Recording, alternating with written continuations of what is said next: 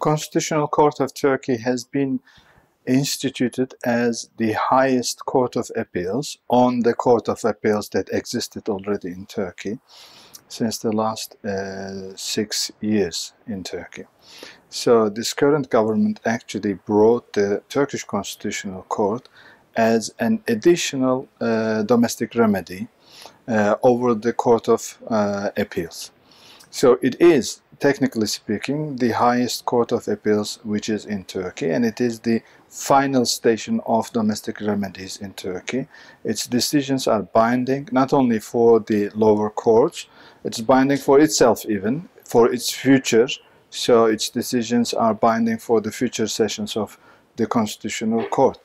Unfortunately, the local courts resisted to the decision of the Constitutional Court and had created an anomaly in the Turkish legal system.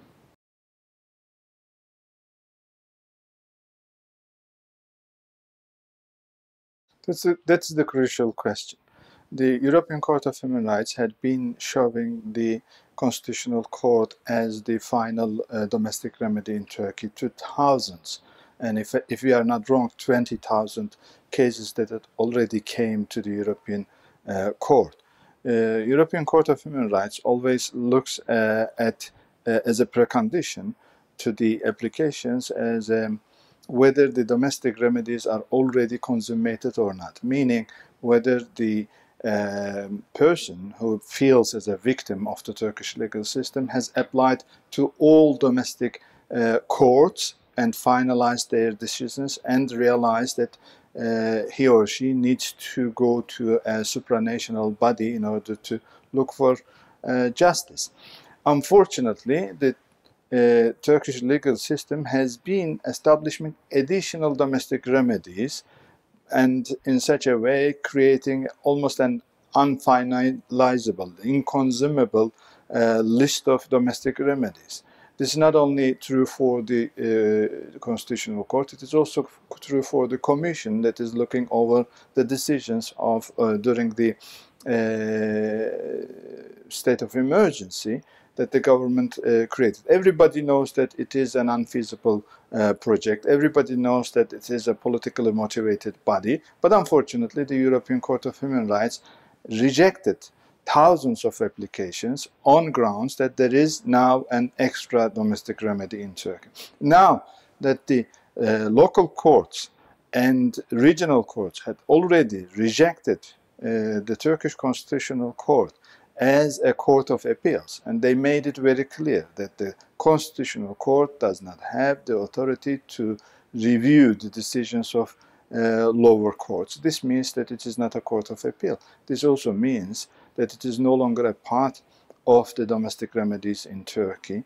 We are hopeful that the European Court of Human Rights is going to start accepting applications from Turkey that has already finalized the lower courts. But the numbers are huge. Many people foresee if the European Court of Human Rights accepts this, if not 100,000, but certainly tens of thousands of cases moving into European courts' gates.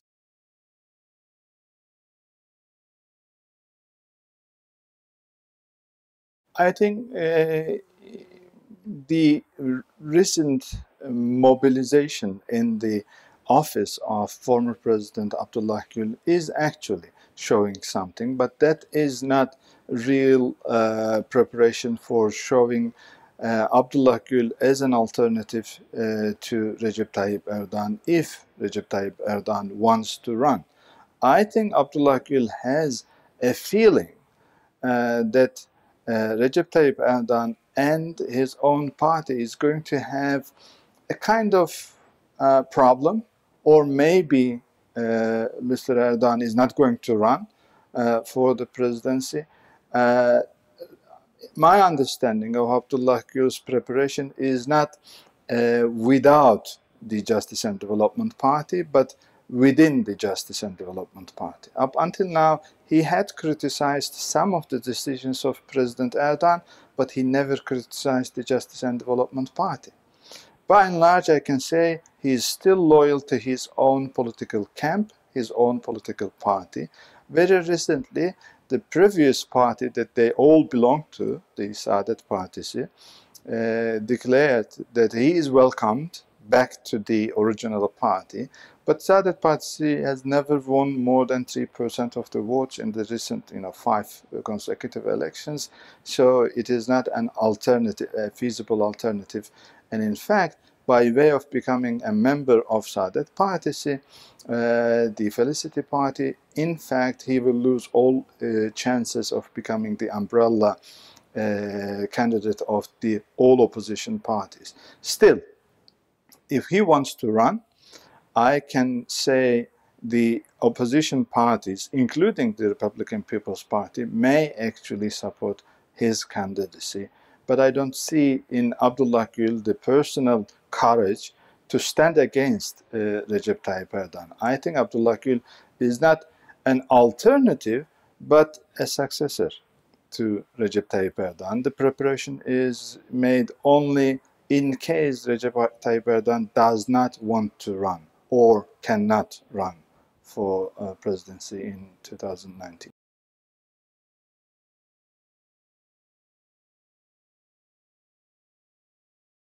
Justice and Development Party has made a swing away from the traditional Turkish foreign or domestic politics between 2002 and I can say 2011, when we have seen quite liberal and dogma-busting policies.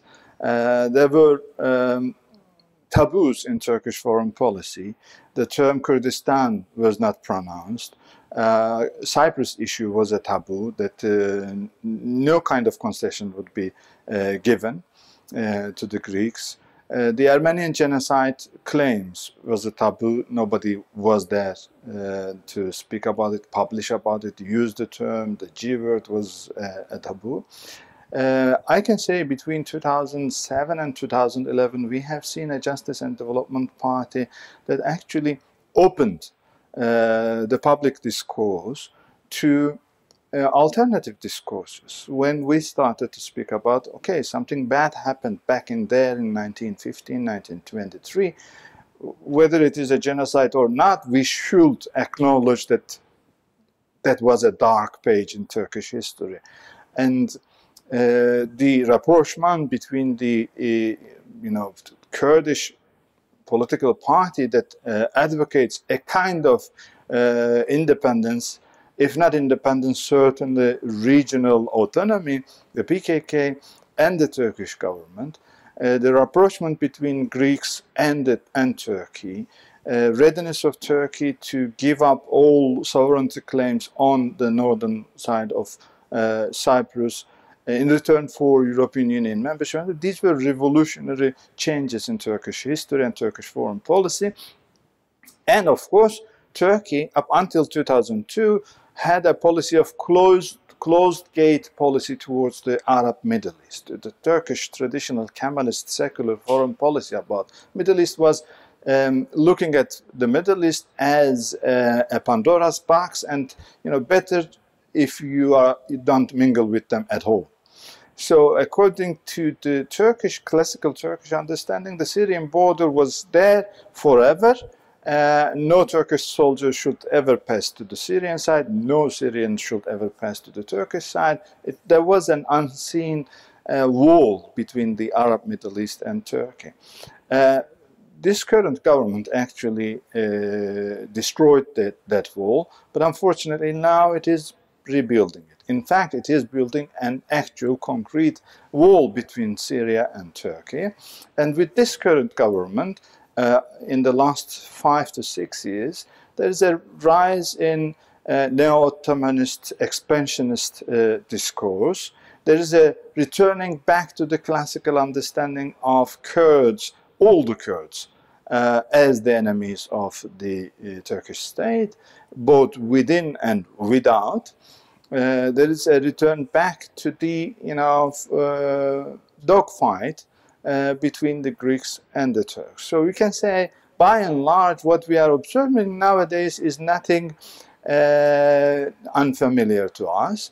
We are turning back to early 1990s, when the Turkish army intervened regularly in northern Iraq, Iraqi Kurdistan, and so on. And the situation in Syria is certainly troubling for a mindset like that one, that in northern Syria a new autonomous state of Kurdistan is emerging. It is a fact, and there is already the example of Iraqi Kurdistan. When back in 1991 the no-fly zone was declared there, nobody said, well, this is a step towards an independent Kurdistan. But last year we had an independence referendum, which overwhelmingly the Kurds supported. Yes, it is frozen for the time being because of international outcry and, I can say, untimely referendum. But that is a decision of a people. It is eventually it will come true, and the Turkish state will continue on fighting with this.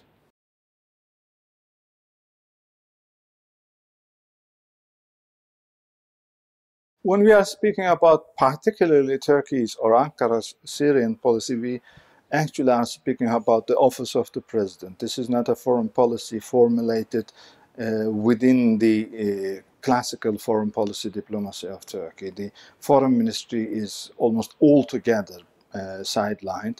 The office of the president is dealing with this issue. So I can say, by and large, this is not a foreign policy of Turkey, this is a foreign policy of Mr. Recep Tayyip Erdogan. And Recep Tayyip Erdogan has this understanding of mafiatic, style of foreign policy. He wants to show off his power, his determination. So we have turned back to the populist rhetoric of, if the Turks, the Turkish fist is strong, so we will actually be in Syria, we will change the cards and so on. It's not realistic. It is not realistic, but the question is beautiful. Turkey has been speaking with Russia almost on daily basis, and in fact we can say the Turkish foreign policy is being largely formulated by Russians. Turkey is no longer the old southern wing of NATO when foreign policy decisions were made in Washington DC or in Brussels, headquarters of NATO, and they were actually made public in Ankara. It is now that Turkey has become, to a large extent, a puppet of Russian expansionism in the Middle East. So that decision is certainly being spoken with Moscow. Well, the Russians certainly knows whether Turkey is sincerely entering in or not. My understanding, it's not a bluff, but it is psychological warfare. Turkey is trying to keep its own Kurdish problem outside Turkey by way of continuously threatening entering into Syria or a city where Kurds have been living for immemorable times. Turkey is actually successfully leading all fighters of PKK out of Turkey, which are gathering around Afrin, gathering for a head-on clash with the Turkish army. Well, PKK had been successful in guerrilla warfare, mainly in rural areas, not even in cities.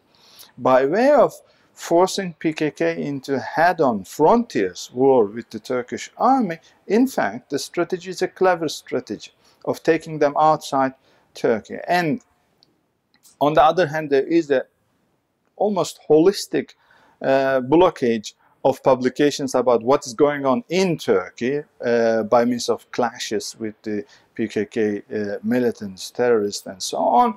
The Turkish public do not know what is going on.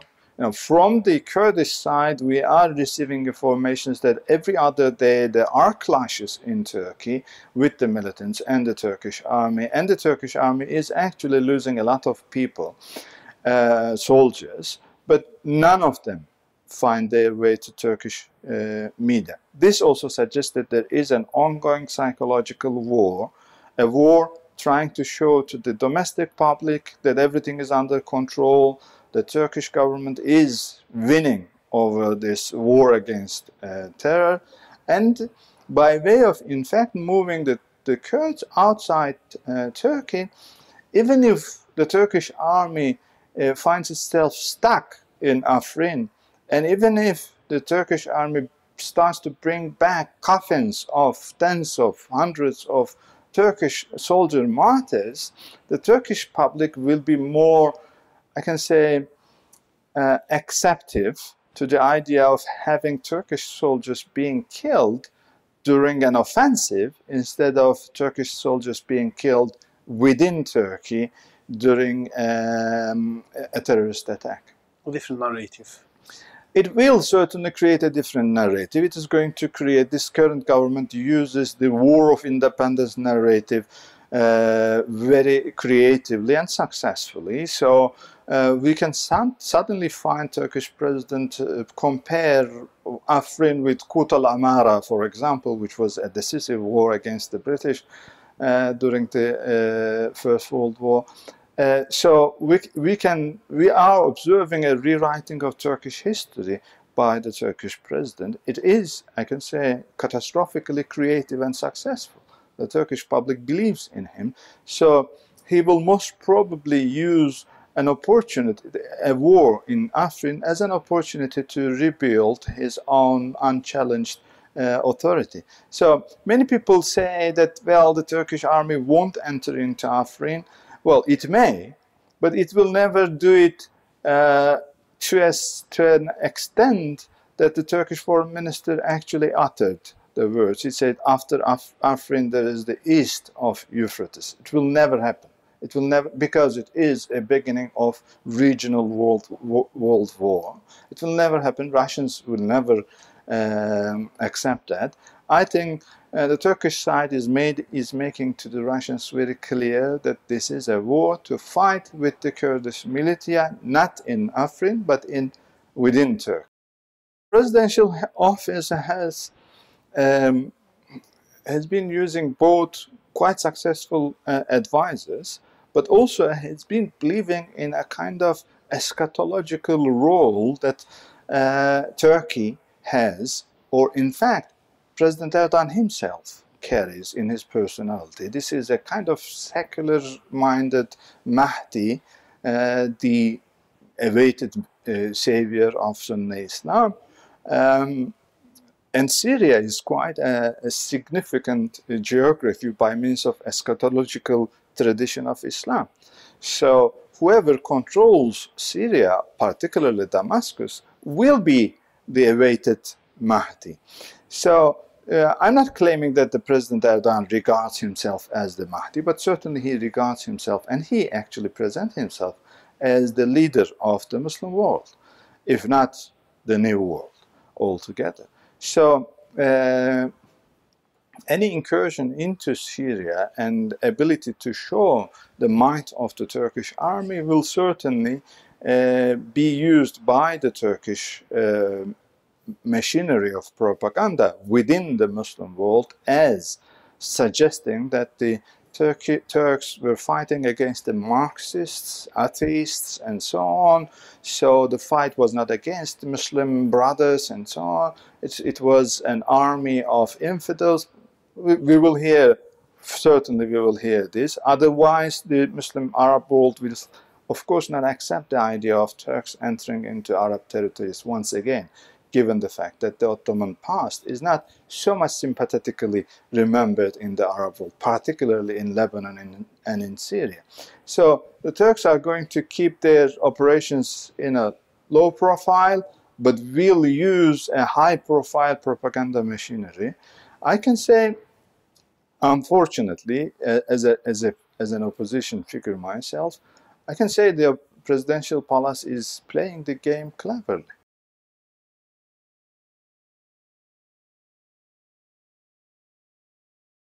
First of all, up until now, what it affected, the previous operation in Manbij, Turkey's determination, to my understanding, legitimate determination of stopping the Kurds reaching to the Mediterranean, has been quite influential on Turkey's own Kurds. First, there is certainly kind of separation, mental separation within Turkey, between the Kurds and Turks of Turkey. There are two reasons for that. First of all, the expectations were high among the Turkish Kurds, that for the first time, a government that understood them, that was religiously motivated like most of the Kurds, for the first time they would actually take some of what they deserve, and they have the right, their cultural rights, their acceptance as equal citizens of Turkey, and so on.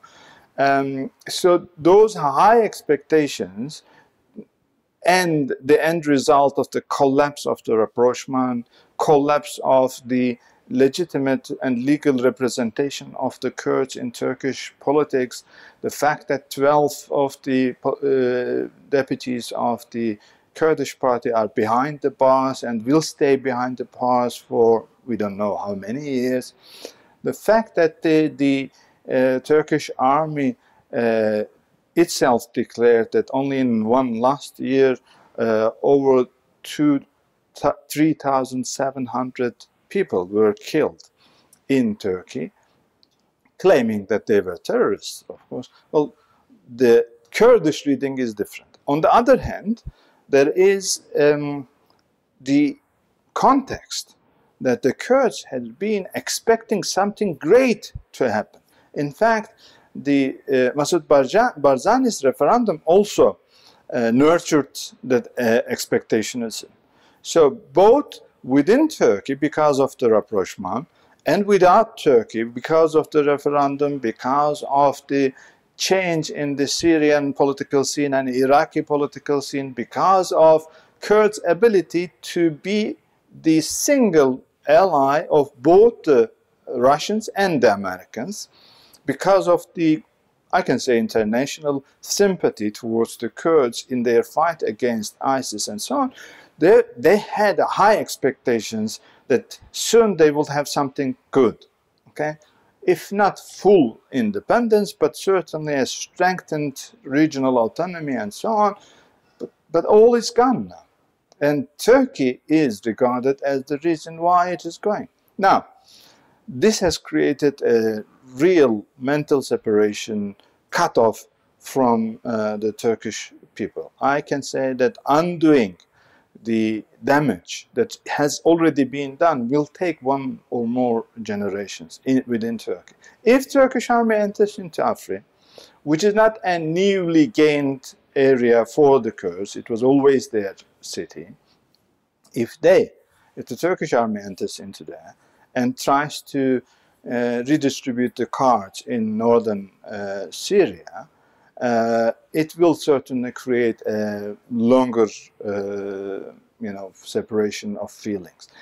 I have to underline this.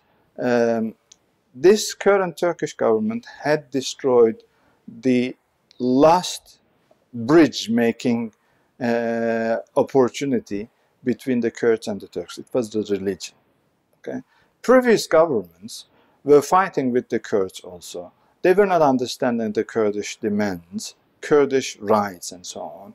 But they were all, nationalists, ultra-nationalists, secular, Kemalist, Jacobin, Western trained, and so on.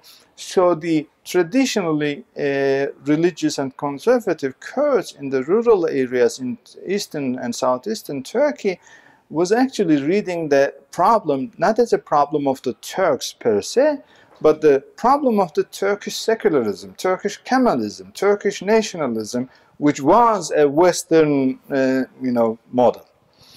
For the first time, there was a religiously motivated Islamist government which should have been more inclusive to the idea of having Kurds on board because of the unifying force within Islam. And it didn't help. And the numbers of the Kurdish citizens who were displaced during Justice and Development Party outnumbers the number of Kurdish citizens who were displaced in the 30 years of fight within Turkey. The number of Kurds killed during Justice and Development Party governance outnumbers the number of Kurds killed until since 1983. This is the beginning of the year of separatist activities of PKK. So they will certainly look at this and certainly will realize that Islam is no longer a bond between the Kurds and the Turks. What will replace it? We don't have any other option.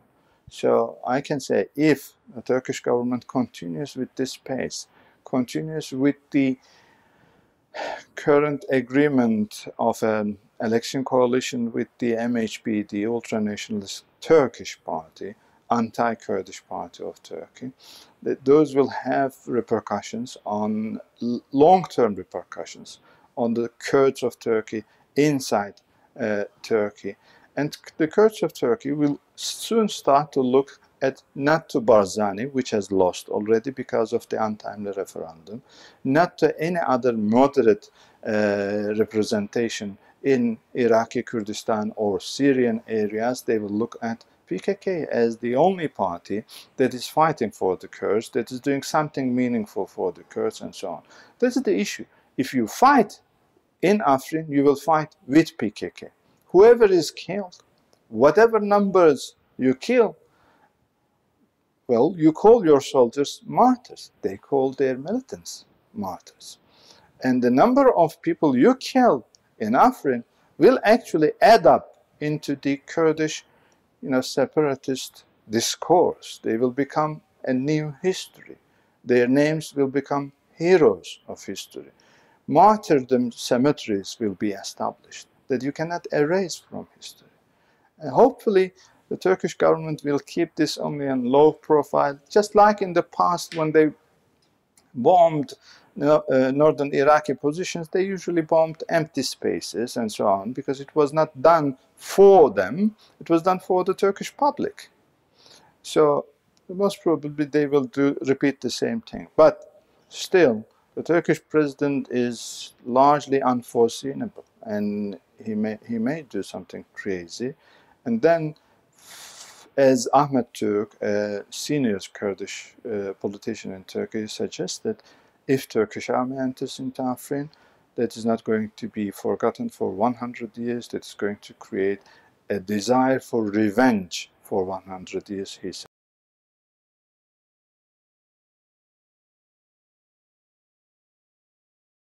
First of all, the decision to create a border army or any army within Syria is not a decision of the Americans, it's a decision of PYD there. In fact, because of mistakes of Turkey, by way of otherifying the PYD, by way of underlining their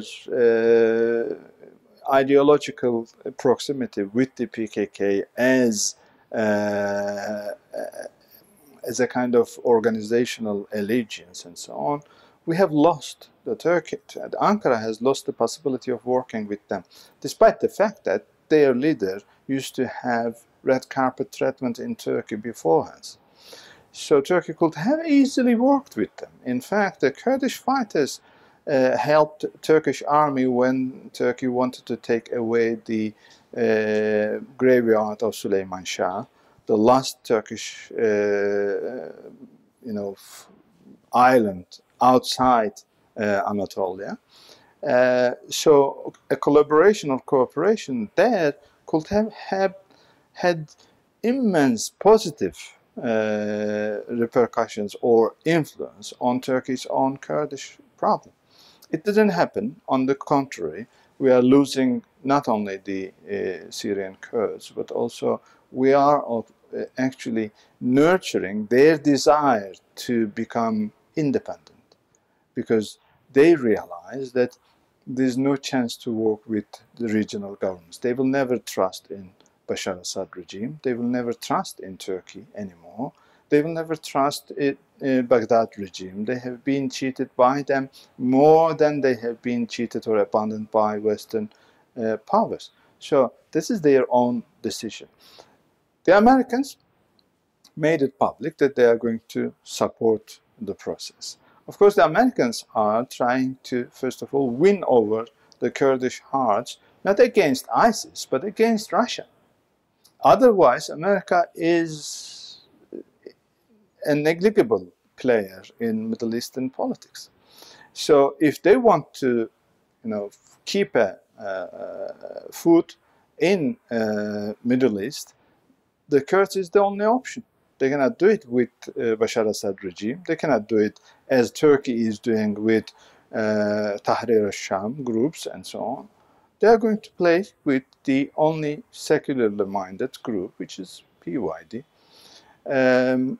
The support from the United States is never going to be at the level of providing ammunition and logistics and so on. It's going to most probably on organizational level and so on. But it will eventually come true. It's not going to be only on the borderline. It's going to be the totality of the Kurdish military existence there. It is threatening for Turkey. Whether the United States is going to abandon the Kurdish dream or not is a question about not about the Kurds, not about the Americans. It is rather about whether the Syrian regime is going to change the cards in the region. First of all, Bashar Assad is there to stay. If Bashar Assad manages to run one more election, which is by and large accepted by the Western world, then we may soon find ourselves in an ironic situation where the American regime is also working with Bashar Assad. Because Bashar Assad is as secular as the Kurds.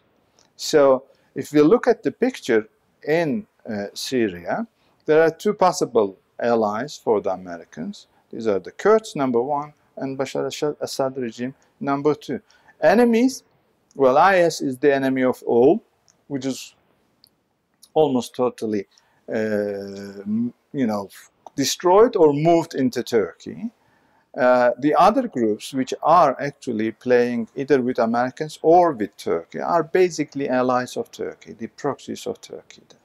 So, if Bashar Assad plays a clever game and actually sends a kind of good message to Washington, D.C., we can soon see Washington, D.C. recalculate the gains and losses of working with the Kurds. If the Americans find Bashar Assad more workable than the Kurds, they will abandon the Kurds. But Ankara shouldn't dream about the possibility of United States abandoning Kurds in favor of Ankara. There is no such a way. Yes, the Turkish president said this several times. Don't work with the Kurds. Whatever you want, we will do it for you. If you want soldiers, we will give our soldiers to you. Let the Turkish army do what do you want to do with the Kurds and so on. No, this is not going to work. Americans quite well know that the Turkish soldiers are not welcomed in Syria or in Iraq, and Americans are not going to accompany Turkish soldiers into any Muslim country. There is no way to see Americans abandon the Kurds only because of the influence of Ankara. Turkey has nothing, I can say, bribe to give, political or economic or militarily to give to Washington, D.C. to convince them that working with the Turks is more profitable than working with the Kurds. But Syria can't do that. So the picture is still vague. We cannot see everything. But yes, the Kurds had been abandoned several times, not only by the Americans, but by the British, by the Western Alliance.